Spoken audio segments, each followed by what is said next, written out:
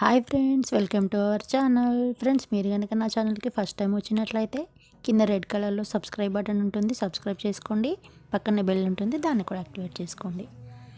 Friends, ఈరోజు మన recipe ఏంటి అంటే తెలంగాణ స్టైల్లో గోంగూర శనగపప్పు కర్రీ అండి. ఇది తెలంగాణలో, హైదరాబాద్లో చాలా చేస్తారండి. ఇది టేస్ట్ మాత్రం సూపర్గా ఉంటుంది. సో ఇది ఎలా చేయాలనేది ఈ రెసిపీ నేను ఇప్పుడు మీకు ఈ వీడియోలో చూపిస్తాను. వీడియో మొత్తం చివరి వరకు చూడండి ఫ్రెండ్స్. ఇక్కడ నేను 3 కట్టలు గోంగూర తీసుకున్నానండి. దానికి 100 గ్రామ్స్ అలా శనగపప్పు నేనైతే నానబెట్టి పెట్టాను, తొందరగా ఉడుకుతుంది అని. మీరైతే కుక్కర్లో వేసుకుంటే 2-3 విజిల్లు పెట్టుకుంటే శనగపప్పు ఉడికిపోతుందండి. కాకపోతే మనం 2 సపరేట్గా ఉడకబెట్టాలి, ఒకే దగ్గర కాదు. సో నేను శనగపప్పు అయితే ఇలాగే పెడతాను, మీరు కుక్కర్లో పెట్టుకుంటే 2-3 విజిల్లు పెట్టండి. ఇక్కడ గోంగూర మొత్తం తెంపేసి నీట్గా 3-4 టైమ్స్ కడిగానండి, ఎందుకంటే మట్టి ఉంటుంది కదా. సో అందుకని నీట్గా కడిగాను గోంగూరని. మీరు పులుపు ఎక్కువ ఉంది అనుకున్నప్పుడు దీంట్లో 2-3 పచ్చిమిరపకాయలు కూడా వేసుకోవచ్చు అండి, గోంగూరలో వేసి ఉడకబెట్టేటప్పుడు. పప్పు మాత్రం మనం సపరేట్గా ఉడకబెడుతున్నాము. సో చూసారు కదా ఫ్రెండ్స్, ఇక్కడ నేను గోంగూర కడిగి బాగా నీట్గా కడిగి ఇక్కడ పెట్టాను. మనం దీంట్లోనే అన్నీ వేయాలండి, ఏమేమి ఇంగ్రీడియంట్స్ వేస్తామన్నీ. పసుపు వేస్తాను నేను, కారము, మీకు గోంగూర పులుపుని బట్టి మీరు కారం వేసుకోండి. సాల్ట్ అండి, ఉప్పు,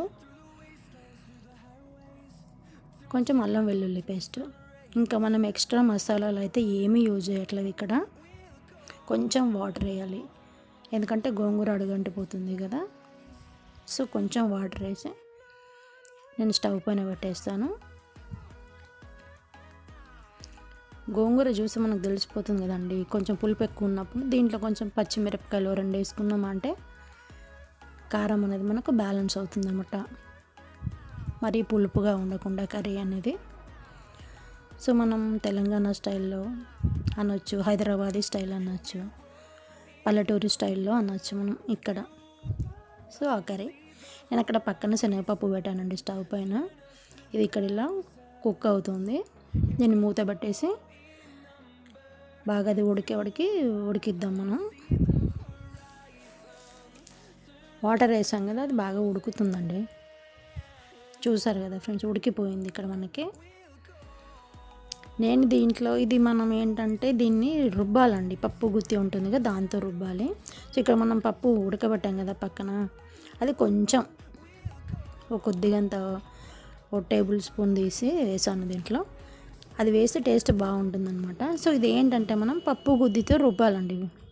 పప్పు గుత్తి అయితే అందరి దగ్గర ఉంటుంది కదా, సో దాన్ని అలా రుబ్బితేనే అది టేస్ట్ బాగుంటుంది. చూసారు కదా ఫ్రెండ్స్, ఇక్కడ నేను రుబ్బేసాను పప్పు గుత్తితో. సో మనం పక్కన పెట్టిన పప్పు ఉంది కదా, అది మొత్తం ఇప్పుడు దీంట్లో వేసేయాల. ఇది ఇలాగే ఉంటుందండి, పప్పుగానే ఉంటుంది.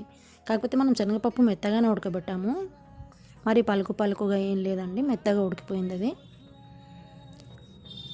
సో దీన్ని కలిపేసి పక్కన పెట్టి దీనికి మనం తాలింపు పెట్టుకోవాలండి ఇప్పుడు.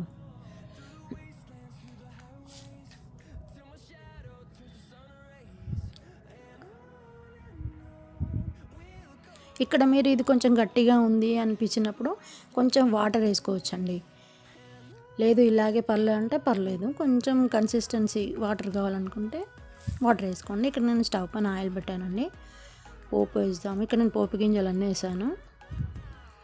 ఇక్కడ అయితే తాలింపు అంటారు, తాలింపు. ఇక్కడ వెల్లుల్లి రెబ్బలండి, పొట్టు తీసి కొంచెం ఆ పప్పు గుత్తితోటే కొట్టాను అన్నమాట. వాటిని కొట్టడం అంటే చిత్తగొట్టడం, అలా స్మెల్ బాగా వస్తుంది అవి ఆయిల్లో ఫ్రై అయ్యాక.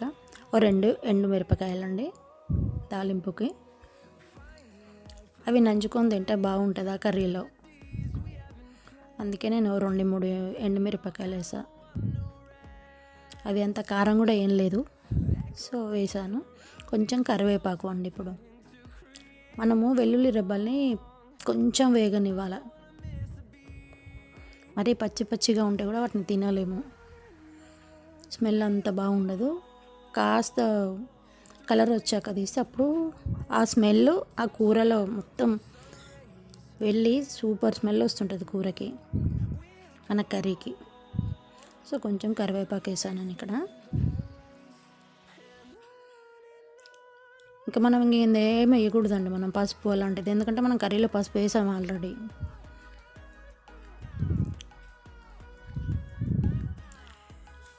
మన తెలంగాణ స్టైల్ చేసే గోంగూర పచ్చడికి తాలింపు కూడా ఇలాగే ఉంటుంది, కాకపోతే ఈ స్టేజ్లో వాళ్ళు పసుపు వేస్తారనమాట. సో అది కూడా మనం ఒకసారి చూద్దాం మన ఛానల్లో. సో తాలింపు అందులో వేసేసాను. చూడండి ఫ్రెండ్స్ ఎంత బాగుంది, ఒకసారి ట్రై చేయండి, ఏమన్నా టేస్ట్ ఉంటుంది అసలు, సూపర్ టేస్ట్ ఉంటుంది ఫ్రెండ్స్. ట్రై చేయండి, మీరు ట్రై చేసి నాకు చెప్పండి మీకు ఎలా కుదిరిందని. Thank you so much friends. ఇలాంటి మంచి మంచి వీడియోస్ కోసం, రెసిపీస్ కోసం నా ఛానల్ని సబ్స్క్రైబ్ చేసుకోండి ఫ్రెండ్స్. వీడియో నచ్చితే లైక్ చేయండి, షేర్ చేయండి, కామెంట్ చేయండి, మీ ఫ్రెండ్స్కి వాట్సాప్లో, ఫేస్బుక్లో షేర్ చేయండి ఫ్రెండ్స్. సో ఇలాంటి మంచి మంచి తెలంగాణ రెసిపీస్ కోసం నా ఛానల్ని సబ్స్క్రైబ్ చేసుకొని చూస్తూ ఉండండి. Stay tune. ఇలాంటి మంచి మంచి వీడియోస్ నా ఛానల్లో వస్తూ ఉంటాయి. వీటితో పాటు మన ఛానల్లో బ్యూటీ టిప్స్ కూడా ఉంటాయి ఫ్రెండ్స్, మర్చిపోకండి. Thank you so much. Thanks for watching. Next వీడియోలో కలుద్దాం ఫ్రెండ్స్. బాయ్.